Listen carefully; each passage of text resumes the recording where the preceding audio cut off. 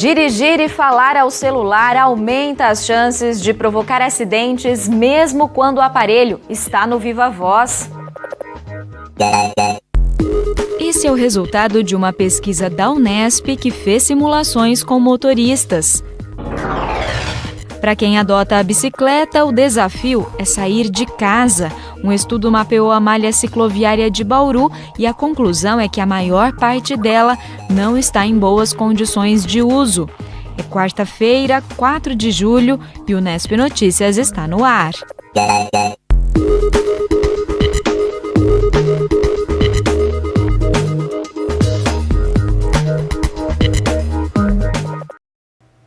Boa noite. Dirigir falando ao celular no modo viva voz traz os mesmos riscos de acidente que usar o aparelho na forma convencional.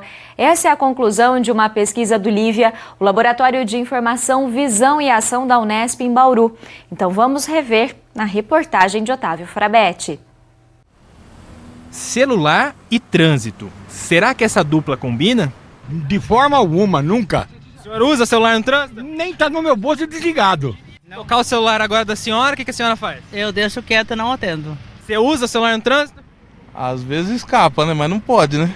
E como escapa? Em poucas horas, a nossa equipe flagrou vários maus exemplos em ruas e avenidas de Bauru.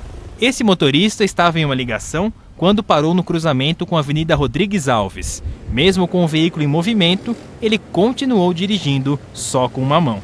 Falar ou digitar enquanto dirige é uma infração gravíssima, punida com 7 pontos na carteira e multa de R$ 293. A Endurbe, empresa municipal que gerencia o trânsito em Bauru, está de olho nessa realidade. Até dezembro de 2017, foram aplicadas 8.300 multas envolvendo o uso de celular na direção. Um pouco menos que em 2016, quando foram cerca de 8.900 infrações. Para aqueles que não conseguem ficar longe do celular, uma alternativa bastante utilizada é o viva voz, seja do próprio aparelho ou de sistemas ligados ao rádio do carro. A principal vantagem é que as mãos ficam livres e no lugar certo, no volante. Mas será que o procedimento é seguro? A resposta é não. E para provar, nós viemos até o Lívia, o Laboratório de Informação, Visão e Ação da Unesp em Bauru. A Betânia fez uma pesquisa e colocou voluntários nesse simulador de trânsito. Eles tinham uma tarefa tripla. Em primeiro lugar, dirigir normalmente. Depois, dirigir com o celular nas mãos. E em terceiro lugar, utilizar o aparelho no modo viva voz. Os testes foram feitos em janeiro do ano passado com 20 participantes. Metade deles eram motoristas novos e a outra representava condutores experientes. Tema do mestrado da Betânia, a ideia era avaliar se o uso do celular nas mãos ou no modo viva voz distraía os motoristas. Para isso, eles usavam o Eye Tracker, esse capacete que mapeia o caminho do olhar.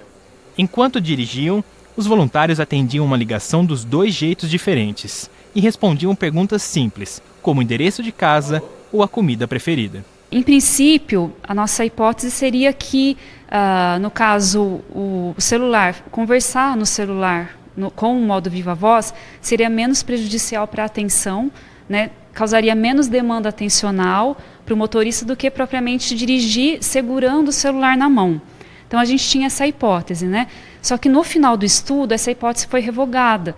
A pesquisa avaliou o campo de visão do voluntário, o movimento da cabeça e dos olhos e as fixações, tempo necessário para o cérebro processar uma informação visual. A gente detectou que com a tarefa dupla de falar ao celular, tanto no viva voz quanto no segurando na mão, a gente tem sim uma dispersão um pouco mais do olhar, mais fixações com menos duração e também mais movimentação de cabeça, mais instabilidade postural nessa dupla tarefa. E tudo isso indica uma falta de atenção, uma falta de foco para a tarefa de dirigir.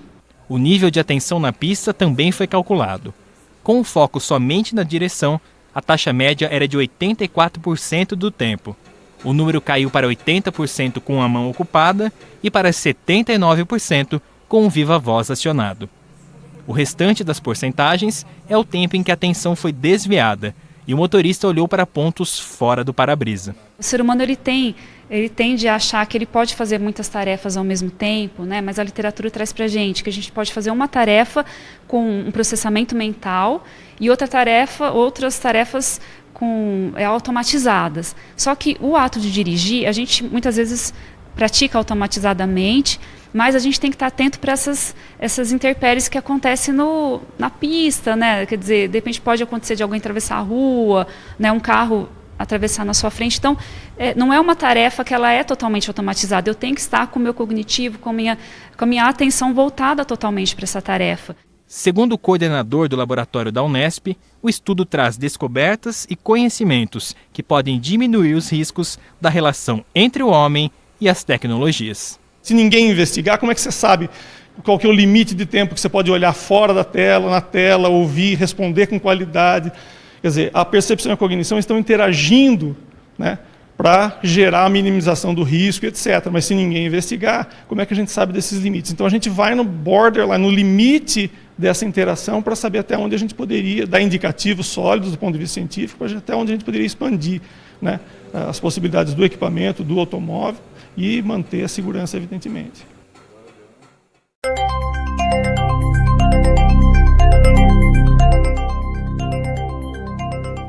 Chegou a hora da previsão do tempo. Os detalhes do IPMET e do CPTEC você confere no mapa. Tempo estável em todas as regiões paulistas nesta quinta-feira.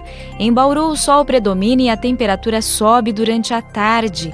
Neste momento, a umidade do ar está em 50% e quase 90%. Os termômetros hoje variaram entre 14 e 28 graus. Para amanhã, mínima prevista de 15 e máxima de 30 graus. A gente continua a falar de trânsito, mas agora de quem adota a bicicleta como meio de transporte. Vamos relembrar uma pesquisa de mestrado em arquitetura na Unesp que mapeou a malha cicloviária aqui de Bauru. Foram mais de 200 ciclistas ouvidos, 21 quilômetros de ciclovias e ciclofaixas analisados e uma conclusão: ainda tem muito o que melhorar. Sempre que pode, o Guilherme deixa o carro em casa e usa a bicicleta como meio de transporte. São pelo menos 10 quilômetros rodados todos os dias, divididos entre trabalho e lazer. Uma escolha que se tornou estilo de vida há 6 anos. Segundo ele, a experiência de andar de bicicleta em Bauru tem melhorado ao longo dos anos, com o aumento da oferta de ciclovias e ciclofaixas. Mas ainda faltam espaços exclusivos em avenidas de grande movimento que cortam a área central da cidade.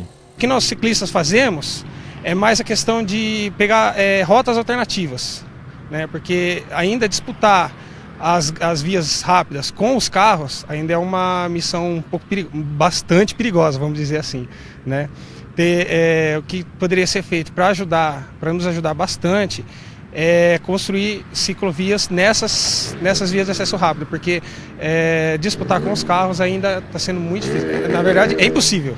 Uma das rotas mais utilizadas pelo Guilherme é a ciclofaixa da Avenida Comendador José da Silva Marta. No entanto, nem tudo é perfeito. A falta de continuidade da ciclofaixa em alguns pontos coloca em risco a segurança de quem pedala, principalmente na rotatória próxima à linha férrea. Você está tranquilo, pedalando na ciclofaixa, de repente você tem que voltar, tem que sair e dividir a rua com os carros, né? Isso é muito complicado, é perigoso também, passa muito carro em horário de pico, pedestre não consegue ter acesso, não consegue atravessar a rua, não tem faixa de pedestre. Um problema apontado também pelo Vinícius, que fez um raio-x da malha cicloviária de Bauru durante o mestrado em arquitetura na Unesp, concluído no ano passado. O arquiteto criou um método para medir a qualidade de 4 ciclovias e 5 ciclofaixas da cidade. Ele ouviu mais de 200 ciclistas e avaliou aspectos técnicos, como largura da pista, tipo de pavimento e estado de conservação das vias destinadas ao uso de bicicletas. O que atrapalha muito o uso é um pouco a criminalidade, tá? Alguns lugares são escuros e dificultam o uso por crianças, os pais ficam preocupados em deixar as crianças saírem, ou bastante adulto também evita usar alguns lugares por falta de iluminação, às vezes, muitas coisas que atrapalham na criminalidade. Outra coisa é a segurança.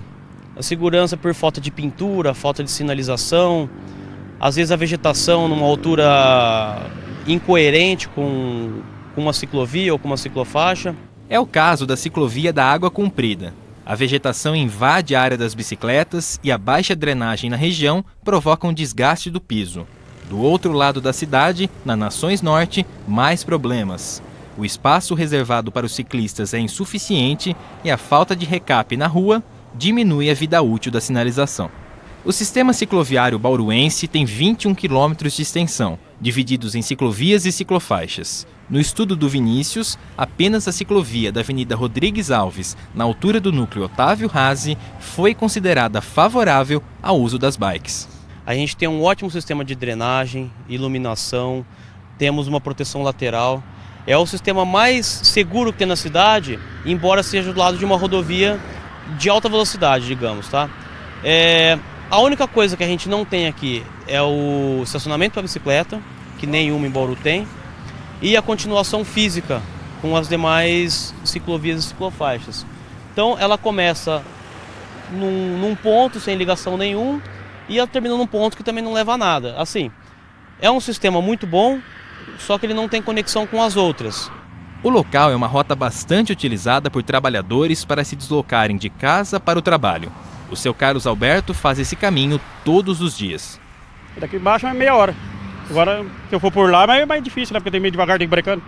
Mesmo assim, ainda é preciso melhorar. Infelizmente, ela tem só 2 pontos de acesso, que é no começo e no final. Então, só é possível entrar nela no começo e no fim. Não tem outros pontos de acesso. Se tiver algum outro usuário que chega num ponto no meio, um ponto mediano, ele acaba não usando, porque ele não consegue ter acesso nela. Uma situação que deve mudar com a chegada do Plano Municipal de Mobilidade, coordenado por essa arquiteta da Secretaria de Planejamento de Bauru. Ela explica que o plano deve apontar caminhos para resolver a falta de conexão existente hoje na malha. O traçado prioritário ele vai partir justamente dessas linhas férreas, porque a gente tem uma faixa não edificante do lado das linhas férreas. Então, ao lado dela, a gente tem 15 metros de uma margem de segurança, como a gente chamaria. E nesses 15 metros, nós vamos tentar construir agora calçadas, são vias exclusivas de pedestres, uma faixa arborizada para dar sombra para essa calçada de pedestre e para a ciclovia, e uma ciclovia também. E o bacana disso é que a gente vai trabalhar com você atravessando a cidade toda, né, de uma ponta a outra, pelos fundos de vale, porque a linha do trem ela está implantada de uma forma que você não tem uma declividade maior que 2%. Então, se a gente coloca ciclovias ali, o ciclista, mesmo aquele que às vezes também não tem muita prática, né, fala que Bauru tem muita subida e descida, ele vai ter condições de sair, por exemplo, ali daqui da região do Parque Vitória Régia, vai ter que descer ali até o Rio, da Nações Unidas, da Nuno de Assis, e daí ele vai conseguir ir até a Vila Falcão só utilizando o fundo de vale, sem ter que subir e descer, né? A arquiteta reconhece os problemas mostrados na reportagem e acredita que incentivar as pessoas a usarem a bicicleta é a melhor saída para aperfeiçoar a estrutura existente. A gente tem que estimular, na verdade, a gente tem que criar formas alternativas para que as pessoas deixem o carro em casa e passem a utilizar mais essas ciclovias ou, de repente, uma calçada, porque às vezes ela mora tão perto do trabalho e ainda assim vai de carro, né? Porque às vezes o ônibus passa num horário ruim, eu tenho que esperar muito no ponto de ônibus, às vezes é muito mais rápido eu ir de carro. Ou então porque o ônibus é ruim, porque a gente tem também a questão da qualidade, né, do nosso transporte público. Então, se tudo isso for resolvido, né, tanto a qualidade quanto colocar ciclovias e calçadas boas para o pedestre, a gente vai conseguir, na verdade, diminuir o uso do carro. O Unesp Notícias está chegando ao fim. Não deixe de acompanhar a TV Unesp pelo site e pelas redes sociais. Eu te espero aqui amanhã. Tchau!